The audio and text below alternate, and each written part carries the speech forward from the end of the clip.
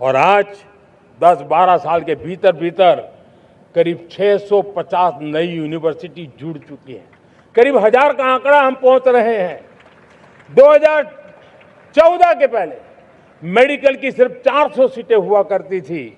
आज करीब 850 सीटें मेडिकल की हो रही है। इतना ही नहीं, अब विदेशी यूनिवर्सिटी भी भारत की धरती पर आ रही है।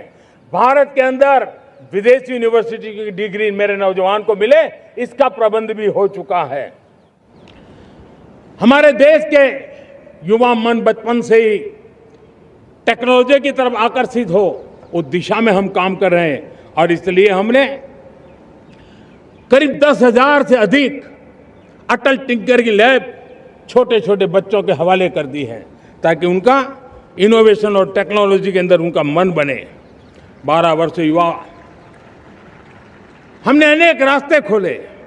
हम स्टार्टअप ओपन कर दिया, आपने देखा होगा।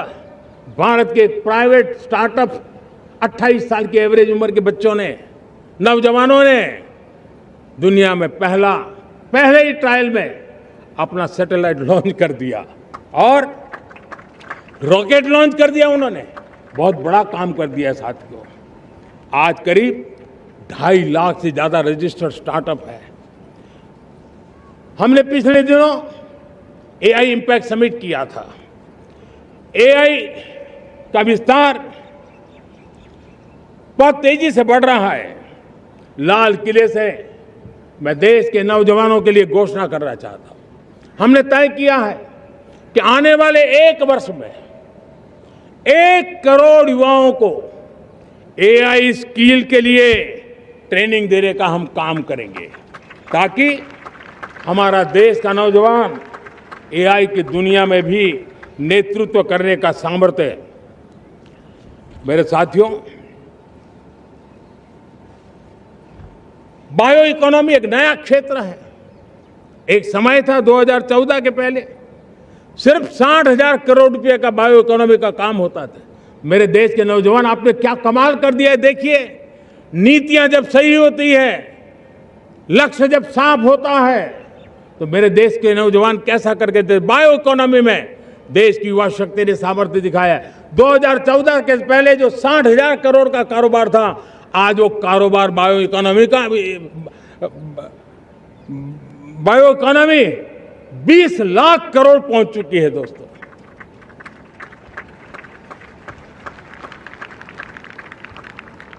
दो 2009-10 का कालखंड था, सिर्फ 25 लाख इलेक्ट्रिक व्हीकल हमारे देश में बिके थे।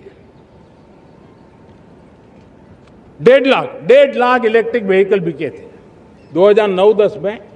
1.5 लाख इलेक्ट्रिक व्हीकल। इस 25-26 में 25 लाख इलेक्ट्रिक व्हीकल बिके हैं।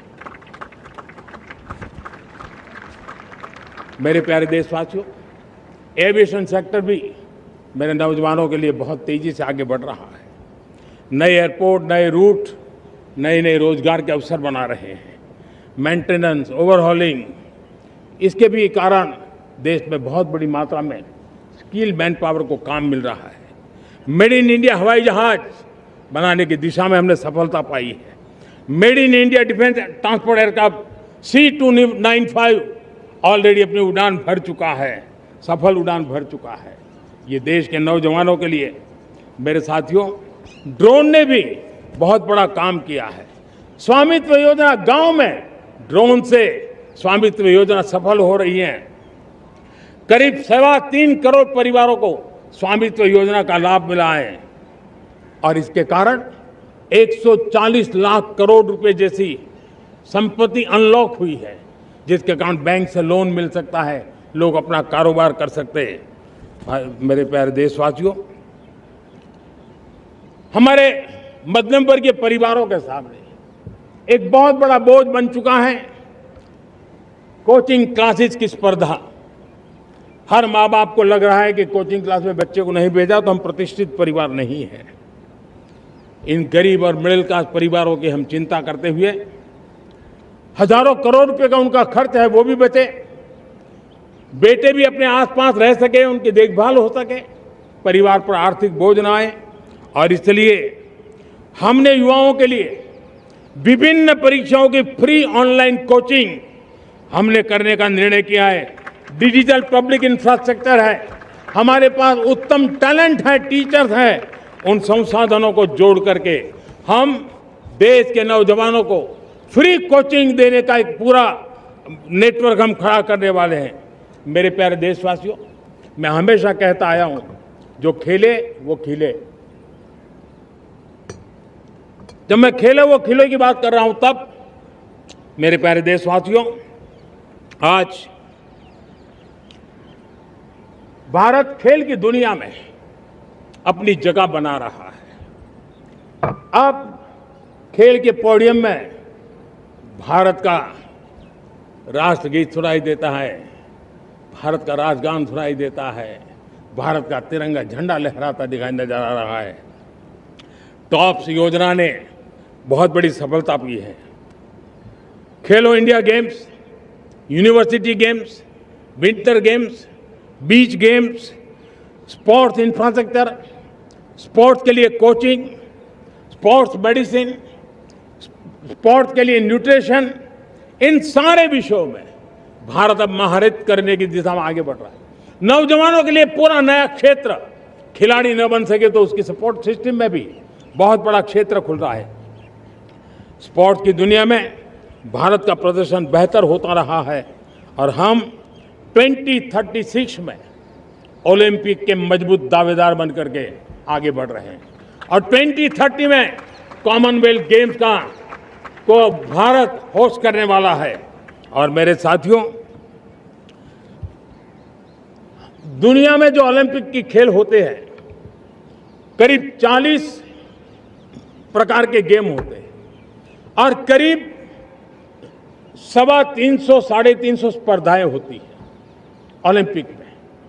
और आपको जानकर के दुख होगा मेरे देशवासियों, मेरे नौजवानों, मैं आपको चुनौती देता हूं, मैं आह्वान करता हूं, मैं आपकी मदद चाहता हूं। 350 जितने स्पर्धाओं में भारत 2/3 खेलों में कहीं होता ही नहीं, हमारी मौजूदगी नहीं होती, हम क्वालिफाई नहीं होते हैं। हमने तय किया है कि 2036 में जो ओलंपिक होगा, हम चाहते हैं कि वो भारत में हो, लेकिन 2036 में जिन विधाओं में आज भारत खेलता नहीं है, जिन विधाओं में भारत क्वालिफाई नहीं करता है, जिन स्पर्धाओं में भारत ने छोड़ के रखा है, 3/4 हिस्सा हमारे इंतजार कर रहा है। भारत उस पर बल देगा और इसके लिए हम टैलेंट हंट का एक अभियान भी चलाना चाहते हैं। हमें अगर 2036 के लिए खिलाड़ी चाहिए तो आज जो 5 साल, 10 साल, 15 साल की उम्र के नौजवान हैं, बेटे हैं, उनके तरफ ध्यान देना होगा, उन बेटियों पर ध्यान देना होगा। और इसलिए 5 से 15 उम्र के बच्चों में खेल प्रतिभा ढूंढने के लिए गांव-गांव, शहर-शहर, स्कूल-स्कूल एक टैलेंट हंट का अभियान चलाया जाएगा। बच्चों की प्रतिभा को देखा जाएगा और फिर उनको स्पेशल ट्रेनिंग दे करके देश के लिए खेलने वाले अच्छे खिलाड़ी बनाए जाएंगे। मेरे प्यारे युवा, देश के सामने, देश के नौजवानों के सामने नशा एक बहुत बड़ा संकट बनता जा रहा है। नशा मुक्त भारत, ये हम सबका सामूहिक दायित्व होना चाहिए।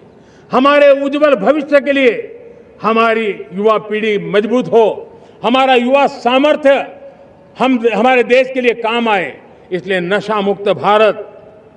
पिछले दिनों माय भारत के वॉलंटियर्स ने, देश के एनजीओ ने, देश के सामाजिक सांस्कृतिक संगठनों ने, देश के आध्यात्मिक पुरुषों ने मिलकर के नशा मुक्त भारत का 100 सप्ताह का एक कार्यक्रम तय किया है। 100 सप्ताह तक एक अभियान चलने वाला है। मैं हर परिवार को कहना चाहता हूं कि आप भी इस अभियान का हिस्सा बने, आप इसके साथ जुड़िए और देश के नशा मुक्त भारत के सपने को पूरा करने के लिए आप आगे आइए। मेरे प्यारे देशवासियों, 21वीं सदी में दशकों पुरानी जो चुनौतियां हैं, उन चुनौतियों को खत्म करना बहुत अनिवार्य है।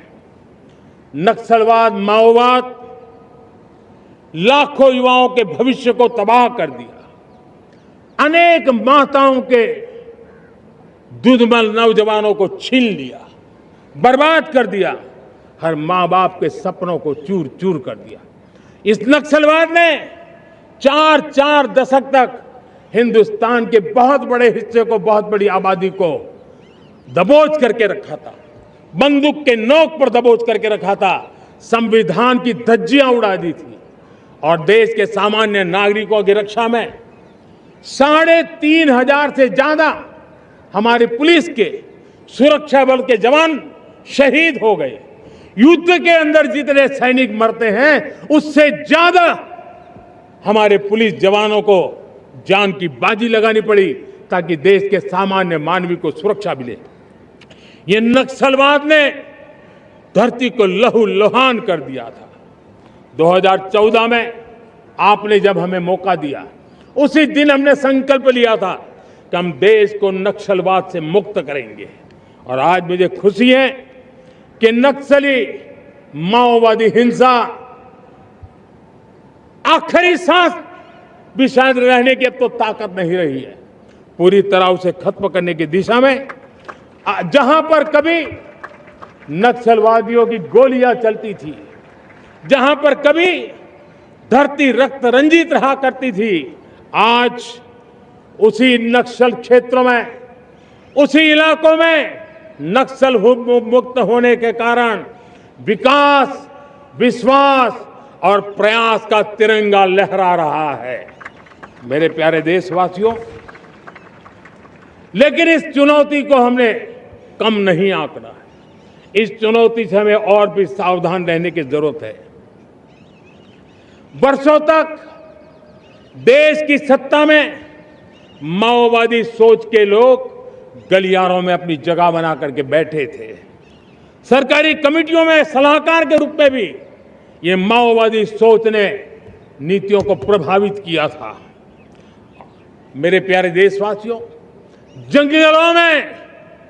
जंगलों में हमें हथियारी नक्सलों का खात्मा बुलाने में, उस संकट से देश को मुक्त कराने में सफलता मिली है।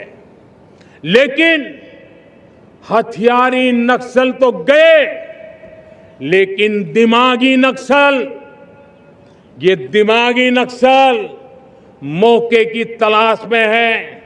हिंसा, अराजकता के वो रास्ते खोज रहे हैं, समाज को गलत राह पर घसीटने के लिए भांति भांति के दांव कर रहे हैं। इन दिमागी नक्सलियों को पहचानना होगा, इन दिमागी नक्सलियों को आइसोलेट करना होगा और राष्ट्र को विकसित राष्ट्र बनाने की मुख्य धारा की ओर देश की युवा पीढ़ी को जोड़ना होगा। मेरे प्यारे देशवासियों, सुरक्षित भारत बनाना हम सबका दायित्व है। चुनौती सीमा के भीतर हो या सरहद से बाहर, भारत हर परिस्थिति के लिए तैयार है। आज युद्ध का नेचर बदल रहा है। अब युद्ध सीमा पर ही होता है, गारंटी नहीं है। आज युद्ध सीमा के अंदर, कहीं रिफाइनरी पे जाकर के, कहीं बैंकिंग सेक्टर को जाकर के, कहीं डेटा सेंटर को जाकर के, एक प्रकार से लड़ाई का नया रूप, इंफ्रास्ट्रक्चर तोड़े जा रहे हैं, फैक्ट्रियां तोड़ी जा रही है। हमने मिशन सुदर्शन चक्र की पिछले सालों घोषणा की थी, बहुत तेजी से उस पर काम चल रहा है। आज डिफेंस एक्सपोर्ट हमारा करीब 50 गुना बढ़ा है। करीब 100 देशों में हमारे अस्त्र शस्त्र पहुंच रहे हैं। वैश्विक पटल पर भारत की प्रतिष्ठा धीरे धीरे बढ़ रही है। बदलते हुए समय में अस्त्र शस्त्र की तरफ काम करना है, सैन्य बलों का सामर्थ्य बढ़ाना है, लेकिन साथ साथ नागरिकों को भी तैयार करना होगा। पिछली शताब्दी के युद्धों के अनुरूप जो सिविल डिफेंस की व्यवस्थाएं हमारे देश में विकसित हुई है, वो कालबाह्य हो चुकी है। और इसलिए मैं आज लाल किले से घोषणा कर रहा हूं कि हम आने वाले दिनों में सिविल डिफेंस का एक वाइब्रेंट नेटवर्क खड़ा करेंगे। आधुनिक व्यवस्थाओं से उनको परिचित कराएंगे। आधुनिक संकटों से नागरिकों को रक्षा करने की क्या व्यवस्था हो सकती है, एक बहुत बड़ा वॉलंटरी फोर्स सिविल डिफेंस का आधुनिक चुनौतियों को पार करने वाला हम बनाने वाले हैं। मेरे प्यारे देशवासियों, राष्ट्र के निर्माण में आज हमारी बहनों बेटियों का योगदान हम सब के लिए बहुत बड़ा प्रेरणा का कारण बना हुआ है। फाइटर जेट हो या सिविल एविएशन, हमारी बेटियां सबसे आगे दिखाई दे रही है। खेलकूद का मैदान हो, हमारी बेटियां आगे दिखाई दे रही है। स्टेम एजुकेशन में भर्ती होने की प्रक्रिया हो, सबसे ज्यादा हमारी बेटियां आगे दिख रही है। आज सेना में भी एनडीए से जो बच्चियां निकली हैं, वो बड़े रौब के साथ देश की सेना का नेतृत्व करने का सामर्थ्य दिखाने लगी है। मेरी बेटियों की ताकत कैसी है। मैं पिछले दिनों साणंद में एक सेमीकंडक्टर प्लांट में गया।